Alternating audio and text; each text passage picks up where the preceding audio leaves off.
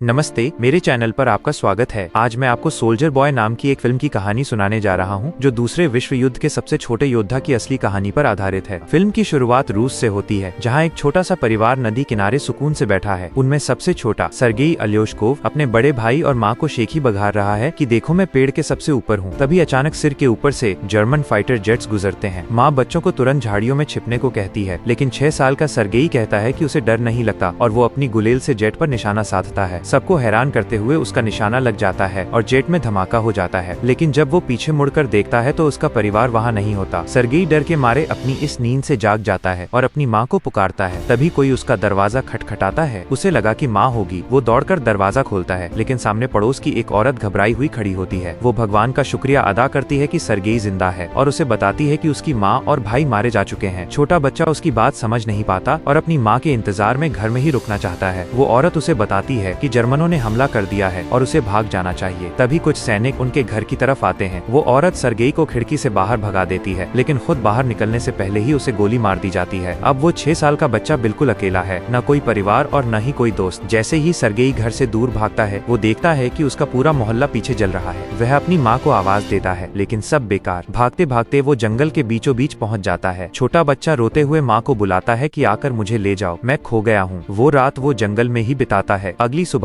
जब वो नदी से पानी पी रहा होता है तो दुश्मन सैनिक वहां पहुंच जाते हैं। सर्गेई जानता है कि वे खतरनाक हैं, इसलिए वो तुरंत एक पेड़ की जड़ों के पीछे छिप जाता है। पास में एक सांप को देखकर वो सहम जाता है, लेकिन न तो कोई आवाज करता है और न ही वहां से भागता है। सर्गेई को सांप से ज्यादा उन सैनिकों से डर लग रहा है। सैनिक नदी किनारे खाना खाकर चले जाते हैं, जिसके बाद सर्गेई उनका बचा कुचा खाना उठाकर खा लेता है। दिन ढलते ढलते छोटा बच्चा बिल्कुल थक चुका है। 2 दिनों से उसने ढंग से कुछ खाया नहीं है और बिना किसी मंजिल के बस पैदल चले जा रहा है। वो लंगड़ाते हुए गिर पड़ता है, लेकिन चलना बंद नहीं करता। रास्ते में उसे जंगली बेरीज दिखती हैं और वो उन्हें खाने लगता है। तभी उसके पीछे एक धमाका होता है, जिससे वो दहल जाता है। बच्चे को चक्कर आने लगते हैं और उसे मतिभ्रम होने लगता है कि कोई उसके पीछे आ रहा है। ऐसी हालत में भी वो हिम्मत दिखाता है और कहता है कि उसके पास राइफल है और वो डरता नहीं है। वो आगे बढ़ता है, पर थोड़ी देर बाद बेहोश होकर गिर जाता है। जब वो सो रहा होता है, तब 2 सैनिक उसके पास आते हैं। अगला सीन रूसी सेना के बेस का है, जहाँ कमांडर कुज़नेत्सोव अपने गश्ती सैनिकों का इंतजार कर रहे हैं। सैनिक उस घायल और कमजोर बच्चे को लेकर पहुँचते हैं। जब सैनिकों ने कहा कि वे उसकी तरफ हैं, तब जाकर बच्चा थोड़ा खुलता है और अपना नाम बताता है। जब बच्चा कमांडर से हाथ मिलाता है और उन्हें भी अपना परिचय देने को कहता है, तो सैनिक हंसने लगते हैं। सैनिकों को बच्चे पर बहुत प्यार आता है और वे उसे घेर लेते हैं। वे उसे पानी पिलाते हैं और खाना खिलाते हैं। यहाँ तक कि सख्त मिजाज वाले कमांडर भी बच्चे का ख्याल रखते हैं। कात्या नाम की एक नर्स सर्गेई के जख्मों पर पट्टी करती है और वो भी उसके स्वभाव की कायल हो जाती है। बच्चा उससे कहता है कि उसके जख्मों पर टैंक बना दो, क्योंकि बड़ा होकर वो सैनिक बनना चाहता है। यहाँ तक कि घायल सैनिक भी बच्चे से बात करके हल्का महसूस करते हैं। सर्गेई को कमांडर की बंदूक और उनके बैज बहुत पसंद आते हैं। कमांडर भी बच्चे के हर सवाल का जवाब देते हैं और गोलियां निकालकर अपनी सम्मान वाली पिस्टल उसे खेलने के लिए देते हैं। सर्गेई उन्हें अपने पेट पर बना टैंक दिखाता है और शान से कहता है कि वो भी एक सैनिक है। बच्चा बहुत जल्दी ठीक हो रहा है। नर्स कात्या कमांडर से कहती है कि बच्चे को बटालियन के साथ ही रहने दें, लेकिन कमांडर मना कर देते हैं, क्योंकि ये सुरक्षित नहीं है। वो सर्गेई को अनाथालय भेजना चाहते हैं। सैनिक अपना सारा खाली वक्त सर्गेई के साथ बिताते हैं। पूरे दिन कोई न कोई उससे मिलने आता रहता है। वे उसके लिए अपने घर से आया खाना लाते हैं और उसे अपने दूरबीन से खेलने देते हैं। एक दिन एक सैनिक कमांडर के पास जाकर विनती करता है कि बच्चे को बटालियन में ही रहने दिया जाए। सैनिकों का बच्चे से गहरा लगाव हो गया है और वे उसे अपना समझने लगे हैं। उसकी मौजूदगी से युद्ध का तनाव कम हो जाता है, लेकिन कमांडर उसे सुरक्षित रखने के लिए अनाथालय भेजने की बात पर अड़े रहते हैं। अगले दिन दुश्मन हमला कर देते हैं और कई सैनिक घायल हो जाते हैं। सर्गेई को अनाथालय ले जाने के लिए गाड़ी आती है। कमांडर बच्चे को ये खबर सुनाते हैं और उसे तोहफे में लकड़ी की एक पिस्टल देते हैं। बदले में बच्चा उन्हें गले लगा लेता है और कहता है कि उसे कमांडर की सुरक्षा की चिंता हो रही है। कमांडर का दिल पिघल जाता है और वो अपना फैसला बदल लेते हैं। वो सर्गेई से कहते हैं कि अब वो उनके बेटे की तरह सैनिकों के साथ ही रहेगा। उस रात सैनिक छोटे बच्चे के लिए सैनिकों वाली छोटी वर्दी ढूंढते हैं। सर्गेई के साथ रहने की खबर से वे बेहद खुश हैं। कमांडर सर्गेई को जगाकर वो कपड़े देते हैं। वो उन्हें पहनकर इधर उधर दौड़ता है, बिल्कुल एक असली सैनिक की तरह। बाकी सब उसे अपना छोटा सोल्जर बॉय कहने लगते हैं। जब बच्चा खेल रहा होता है, तभी जर्मन बटालियन पर हवाई हमला कर देते हैं। सैनिक तुरंत सर्गेई को सुरक्षित जगह ले जाते हैं और मुकाबला करते हैं। घायल सैनिकों की संख्या बढ़ती जा रही है। सर्गेई मदद करना चाहता है, इसलिए वो प्यासे सैनिकों को पानी पिलाता है। एक सैनिक जिसकी आंखों पर पट्टी बंधी है, सर्गेई से अपने घर से आई चिट्ठी पढ़ने को कहता है। छोटा बच्चा मदद तो करना चाहता है, पर उसे पढ़ना नहीं आता। वो चिट्ठी हाथ में लेकर अपने मन से बातें बनाने लगता है कि घर पर उसकी गाय बिल्कुल ठीक है। जब सैनिक कहता है कि उसके पास तो गाय है ही नहीं, तो दूसरे सैनिक उसे चुप करा देते हैं और कहानी का मजा लेते हुए हंसते हैं। वो सबकी चिट्ठियाँ इसी तरह वह पढ़ता है और सबका हौसला बढ़ाता है। अगले सीन में हम कात्या और कमांडर को बात करते देखते हैं। दोनों एक दूसरे को पसंद करते हैं पर कहते नहीं। बाद में सर्गेई कमांडर को बताता है कि वो बटालियन में एक सहायक के पद पर है और सबको यही परिचय देता है। तभी बच्चा देखता है कि हमले में एक सैनिक का स्टेशन तबाह हो गया है। कमांडर उसे सिखाते हैं कि शहीद सैनिक के सम्मान में टोपी कैसे उतारते हैं। अगले दिन वो कमांडर से किसी मिशन पर भेजने की जिद करता है तो उसे सैनिकों के बीच चिट्ठियां बांटने का काम दिया जाता है। वह अपना काम बखूबी करता है और सैनिकों को अपने लिए नचाता भी है। अगले दिन सर्गेई अपनी दूरबीन लेकर बेस से थोड़ा दूर जाता है। खेलते खेलते उसे घास के ढेर के अंदर किसी के पैर हिलते हुए दिखते हैं। वो भागकर बटालियन के पास जाता है और सबको बताता है। सैनिकों को पहले शक होता है पर वे बच्चे के साथ जाते हैं। जब वे घास के ढेर के पास पहुंचते हैं तो उन्हें वहां छिपे हुए 2 जर्मन जासूस मिलते हैं। जासूसों को गिरफ्तार कर लिया जाता है और बच्चे की समझदारी की सब तारीफ करते हैं। उस रात कमांडर सर्गेई को गोद लेने के कानूनी कागज दिखाते हैं। अब वो आधिकारिक तौर पर बच्चे के पिता हैं। सर्गेई जानता है कि कमांडर कात्या को पसंद करते हैं, इसलिए उनका एहसान चुकाने के लिए वो उन्हें कात्या से दिल की बात कहने ले जाता है। लेकिन वे दोनों उसे किसी और आदमी से बात करते देख लेते हैं और गलतफहमी पाल लेते हैं कि वो किसी और में दिलचस्पी रखती है। बेस पर फिर से जर्मन हमला होता है। इस बार सर्गेई पूरी जी-जान से फ्रंटलाइन पर सैनिकों को गोला बारूद पहुंचाकर मदद करता है, लेकिन सैनिक उसे वापस शेड में जाने को कहते हैं क्योंकि बाहर बहुत खतरा है। जब वो शेड में आता है तो देखता है कि कमांडर और बाकी सब परेशान हैं क्योंकि कर्नल के साथ फोन का संपर्क टूट गया है। एक सैनिक को टूटी हुई तारें जोड़ने के लिए भेजा जाता है। सर्गेई उस सैनिक के पीछे जाता है और देखता है कि वो बुरी तरह घायल हो गया है। वो मरते हुए सैनिक से पूछता है कि तारें कैसे जोड़नी है और खुद उन्हें जोड़ देता है। संपर्क वापस जुड़ जाता है और मदद के लिए और सेना बुलाई जाती है। उस 6 साल के बच्चे ने सबकी जान बचा ली। बाद में हम कमांडर और कात्या को नदी किनारे बात करते देखते हैं। कमांडर आखिरकार अपने प्यार का इजहार कर देते हैं और उसे सर्गेई की मां बनने के लिए कहते हैं। कात्या बहुत खुश होती है, लेकिन इससे पहले कि वो कुछ कहे एक सैनिक आकर कमांडर को चिट्ठी देता है कि उन्हें बेस से कहीं और भेजा जा रहा है। अगले दिन सभी सैनिक सर्गेई के साथ नए बेस के लिए निकल पड़ते हैं। रास्ते में वे बारूदी सुरंगों वाले इलाके में फंस जाते हैं जहाँ उनकी कुछ गाड़ियाँ उड़ जाती हैं। कमांडर घायल हो जाते हैं और वो सैनिक भी मारा जाता है जिससे सर्गेई का काफी लगाव था। वह रोते हुए कमांडर को गले लगा लेता है। वे घायलों को साथ लेकर नए बेस की तरफ बढ़ते हैं। जब वे आखिरकार दूसरे बेस पर पहुंचते हैं तो कमांडर के लीडर जनरल से मिलते हैं। वो भी बच्चे के जज्बे से प्रभावित होते हैं और कमांडर को इतने होनहार बच्चे के लिए बधाई देते हैं। अगले दिन उनकी डिवीजन को एक गार्ड का बैनर और बच्चे को सम्मान दिया जाता है। जब जनरल उसे बैज देते हैं तो वो वादा करता है कि वो अपने देश को बचाएगा। एक रात उनके बेस पर भीषण हमला होता है और कमांडर मलबे के नीचे दब जाते हैं। सर्गेई अपने पिता के लिए रोता है और उन्हें बचाने की कोशिश करता है। वो बाकी सैनिकों को बुलाता है जो आखिरकार कमांडर को बाहर निकाल लेते हैं। अगले दिन सर्गेई घायल कमांडर के पास जाता है। कमांडर को बचाने की कोशिश में उसके अपने हाथ भी घायल हो गए थे। अब ये बच्चा टीम का अटूट हिस्सा बन चुका है। उनके अलावा उसका कोई परिवार नहीं है और युद्ध में वे जहाँ भी जाते हैं वो उनके साथ जाता है। फिल्म खत्म होती है जब रेजिमेंट को दूसरे बेस की ओर बढ़ते हुए दिखाया जाता है। बैकग्राउंड में एक आवाज बताती है कि उसने स्टालिनग्राद की लड़ाई में भी हिस्सा लिया और सैनिकों के साथ पोलैंड तक पहुंचा। आज उसे दुनिया का सबसे कम उम्र का सैनिक माना जाता है और उसकी बहादुरी की ये महान कहानी पूरी दुनिया में मशहूर है।